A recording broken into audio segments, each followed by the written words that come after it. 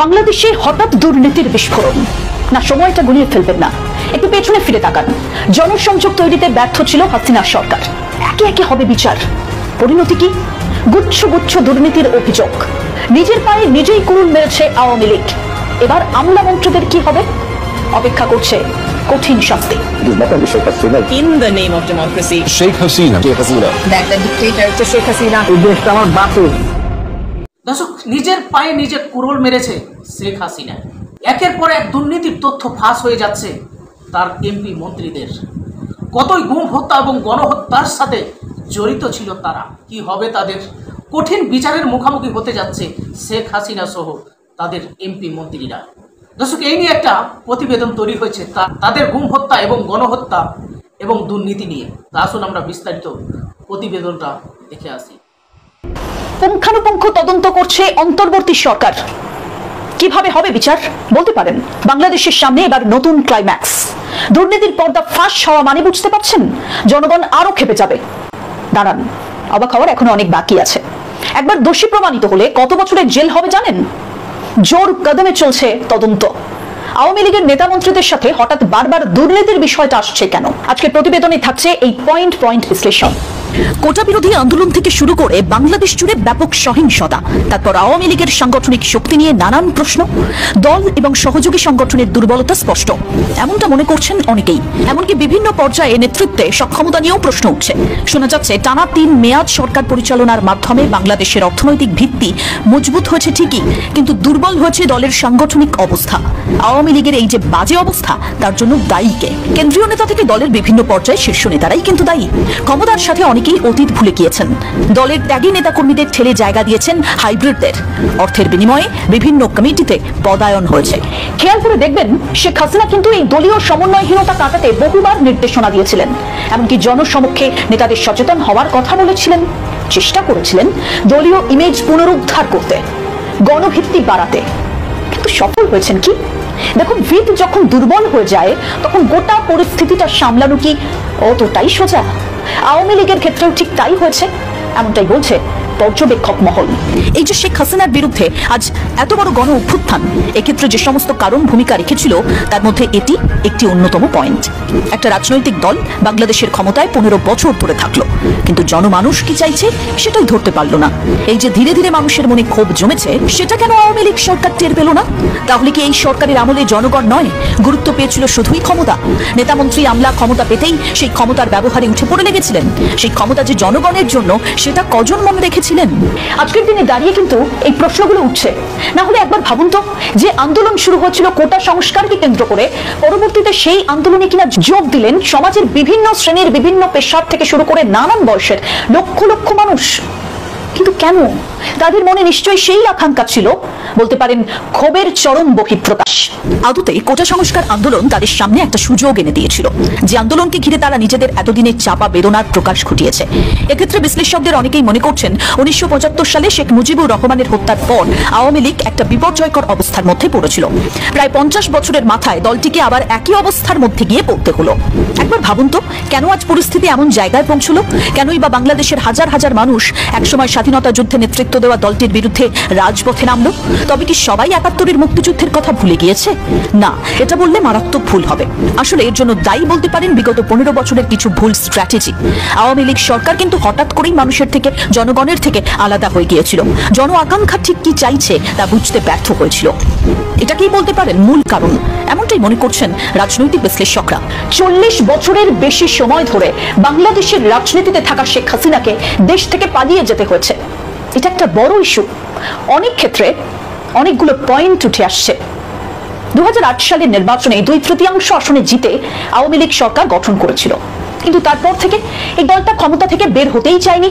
পতনের পেছনে মূল কারণ হিসেবে উঠে আসছে একতরফা বা জালিয়াতি নির্বাচন, বিরোধীদের বিরুদ্ধ মতদমন, অনিয়ম আর দুর্নীতি, আমলা আর প্রশাসনের উপর নির্ভর করে দল টিকে থাকে।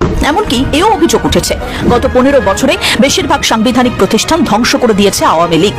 এসব প্রতিষ্ঠান সরকারের নিয়ন্ত্রণে থাকলেও তারা জনবিচ্ছিন্ন হয়ে গিয়েছিল। আওয়ামী লীগের যে ক্ষমতার ভিত্তি তা টেকসই ছিল না, অর্থাৎ সেখানে জনগণের মন জড়িয়ে ছিল না। ওই যে বললাম আমলা প্রশাসন নির্ভর একটা দল, কিন্তু সেটা দিয়ে তো আর রাজনীতি চলে না। রাজনীতি মানেই তো সেখানে থাকবে জনগণের কথা। তাছাড়া গত 15 বছর ধরে জিনিসপত্রের চড়া দাম, গণপরিবহনের অব্যবস্থাপনা, লুটপাট, ব্যাংকিং এর অনিয়ম সবকিছু নিয়ে মানুষ ক্ষুব্ধ ছিল। হঠাৎ করেই সেটা বিস্ফোরণের আকার নিয়েছে। শেখ হাসিনা কিন্তু এই বাস্তবটা বুঝতে পারেননি। সেটা তখনই বোঝা যায় যখন প্রথমেই কোটা সংস্কারের আন্দোলন শুরু হয়েছিল। তখন কিন্তু তিনি রাজনৈতিকভাবে সমাধানের চেষ্টা করেননি, বরং বল প্রয়োগের পথে গিয়েছেন, যা অনেককে অবাক করেছে। আর যখন রাজনৈতিক আলোচনায় আসতে চাইলেন তখন তো পরিস্থিতি হাতের বাইরে বেরিয়ে গেছে। যদিও আবার বিশ্লেষকরা এত বড় আন্দোলনের পেছনে প্রতিপক্ষের ইন্ধন পেয়েছেন। বিরোধী রাজনৈতিক দলগুলো তারা তো একটা সুযোগ খুঁজবেই, আর সেই সুযোগ পেলে তারা যে কাজে লাগাবে সেটাই স্বাভাবিক। জন আন্দোলনের সাথে রাজনৈতিক রং মিশেছিল, এটা আপনি অস্বীকার করতে পারবেন না। কিন্তু ওই যে এই সুযোগটাই বা কেন দিল আওয়ামী লীগ সরকার? দেখুন, বিশ্বের ইতিহাসে নতুন নয়, জোর করে ক্ষমতায় থাকা বহু দল কিংবা রাজনৈতিক ব্যক্তিরা একসময় আমলা প্রশাসন পুলিশের উপর নির্ভরশীল হয়ে পড়ে। এক্ষেত্রে আপনার কি মনে হয় ঠিক এই পয়েন্টে আওয়ামী লীগ সরকার কি আদৌ ব্যতিক্রম ছিল? টানা বহুদিন ক্ষমতায় ছিল, ফলে মাঠের রাজনৈতিক দল হলেও দলটির নেতাকর্মীরা জনগণের কাছ থেকে বিচ্ছিন্ন হয়ে গিয়েছিল। দলটি পুরোপুরি প্রশাসন আর আমলা নির্ভর হয়ে উঠেছিল। অভিযোগ উঠেছে দলের বিভিন্ন পর্যায়ে যে সমস্ত নেতারা পদ পেতেন তারা যোগ্যতায় নয়, বরং পেতেন স্বজনপ্রীতি আর অর্থের বিনিময়ে। কিছু কিছু ব্যক্তিকে সুযোগ দেওয়া হয়েছে যাদের অতীতে রাজনীতির সাথে কোনো সংসর্গ ছিল না। ধীরে ধীরে রাষ্ট্র শক্তি ব্যবহার করতে করতে দলটা নিজেদেরকেই দুর্বল করে ফেলেছে। শীর্ষ পদে বসিয়েছে অযোগ্য অদক্ষ কিছু ব্যক্তিদের। ফলে আজ দেখুন তার কি করুণ পরিণতি। এখন তাদের বিরুদ্ধে রয়েছে একগুচ্ছ অভিযোগ। সাধারণ মানুষ তাদের বিচার চাইছে, ধরপাকড় চলছে, মামলা দায়ের হচ্ছে। যদি বলেন দুর্নীতিগ্রস্ত আমলা মন্ত্রীদের বিরুদ্ধে ব্যবস্থাটা ঠিক কেমন হতে চলেছে? ইতিমধ্যেই দুদক আওয়ামী লীগের অন্তত 40 জনের বেশি নেতার বিরুদ্ধে দুর্নীতি তদন্ত শুরু করেছে, যাদের মধ্যে বিগত সরকার আমলে কেউ ছিলেন মন্ত্রীর দায়িত্বে, কেউ বা প্রতিমন্ত্রীর দায়িত্বে। জাস্ট একবার ভাবুন এদের পরিস্থিতিটা এখন ঠিক কেমন। সম্মান হারালেন, তার উপর এখন অপেক্ষা করছে কঠিন শাস্তি। ক্ষমতায় থাকাকালীন যারা যারা ক্ষমতার অপব্যবহার করেছেন তারা এখন ভয়ে সিটিয়ে রয়েছেন। কারোর কারোর বিরুদ্ধে আবার রয়েছে অবৈধ সম্পদ অর্জন থেকে শুরু করে অর্থ পাচারের অভিযোগ। কারা নেই সেই তালিকায়? সাবেক পররাষ্ট্রমন্ত্রী, আইনমন্ত্রী, শিক্ষামন্ত্রী, বাণিজ্যমন্ত্রী, স্বাস্থ্যমন্ত্রী, বিদ্যুৎ জ্বালানি প্রতিমন্ত্রী, সমাজ কল্যাণ মন্ত্রী, স্থানীয় সরকার মন্ত্রী, তথ্য প্রযুক্তি মন্ত্রী, নৌ পরিবহন প্রতিমন্ত্রী, ত্রাণ ও দুর্যোগ প্রতিমন্ত্রী, খাদ্যমন্ত্রী, শিল্পমন্ত্রী, বস্ত্র এবং পাট মন্ত্রী সহ অনেকে অনেকে। সত্যি বলতে তালিকাটা অনেক বড়। এদের বিরুদ্ধে যেমন অভিযোগ রয়েছে তেমনি কড়া হাতে সেই অভিযোগের তদন্ত চলছে। বাংলাদেশ ব্যাংকের নবনিযুক্ত গভর্নর আহসান এইচ মনসুর তো বলেই দিয়েছেন বিভিন্ন ব্যাংক থেকে যারা ঋণ হিসেবে টাকা নিয়েছেন তাদেরকে সেই টাকা ব্যাংকে ফেরত দিতে হবে। আচ্ছা, আপনার কি মনে হয় যারা ঋণ হিসেবে টাকা নিয়েছিলেন সেই টাকা তাদের কাছে আছে? অভিযুক্তদের কি সেই টাকা ফেরত দেওয়ার এখন ক্ষমতা রয়েছে? এটা কিন্তু একটা বড় চাপের বিষয়। আর যারা টাকা ফেরত দিতে পারবে না তাদের কিন্তু ছেড়ে দেওয়া হবে না। আসলে বর্তমানে বাংলাদেশের কেন্দ্রীয় ব্যাংকের গভর্নর অস্থিতিশীল ব্যাংকিং খাতকে স্থিতিশীল করার জন্য প্রয়োজনীয় পদক্ষেপ নিচ্ছে। তার মধ্যে এটা অন্যতম, কারণ খেলাপি আর অনিয়মের মাধ্যমে বের হয়ে যাওয়া অর্থ ফিরিয়ে আনাটা ভীষণ গুরুত্বপূর্ণ। আর যারা টাকা ফেরত দেবেন না তাদের বিরুদ্ধে আইনগত ব্যবস্থা নিয়ে অর্থ উদ্ধার হবে। দুর্নীতিতে অভিযুক্ত যে ব্যক্তিরা রয়েছেন তাদের বিচার কোন প্রক্রিয়ায় হবে? দেখুন, এরা কিন্তু এতদিন প্রায় ধরাছোঁয়ার বাইরে ছিলেন। তাদেরকে আইনের আওতায় আনার প্রক্রিয়া শুরু করেছে অন্তর্বর্তীকালীন সরকার। নয় নয় করে ইতিমধ্যেই প্রায় 50 জনের বেশি ব্যক্তি আর প্রতিষ্ঠানের বিরুদ্ধে তদন্ত শুরু হয়ে গিয়েছে। এই তালিকায় আগামীতে আরো অনেকেই যুক্ত হতে পারেন। এক্ষেত্রে আইনগত ব্যবস্থা গ্রহণের ক্ষেত্রে কাজ করছে 3টি প্রতিষ্ঠান। প্রথমত দুর্নীতি দমন কমিশন অর্থাৎ দুদক, দ্বিতীয়ত বাংলাদেশ ফাইন্যান্সিয়াল ইন্টেলিজেন্স ইউনিট, আর তৃতীয়ত পুলিশের অপরাধ তদন্ত বিভাগ। এই রিপোর্টটা শুনতে শুনতে নিশ্চয়ই আপনার মনে একটা প্রশ্ন কে দিচ্ছে, এই যে তদন্ত চলছে এক্ষেত্রে যদি অভিযোগ সত্যি প্রমাণিত হয় আর যদি এই অভিযুক্ত অপরাধী বলে প্রমাণিত হয় তাহলে কি শাস্তি হবে? বাংলাদেশে দুর্নীতির যে কোনো অভিযোগের বিচার হয়ে থাকে 2004 সালের দুর্নীতি দমন কমিশন আইন অনুযায়ী।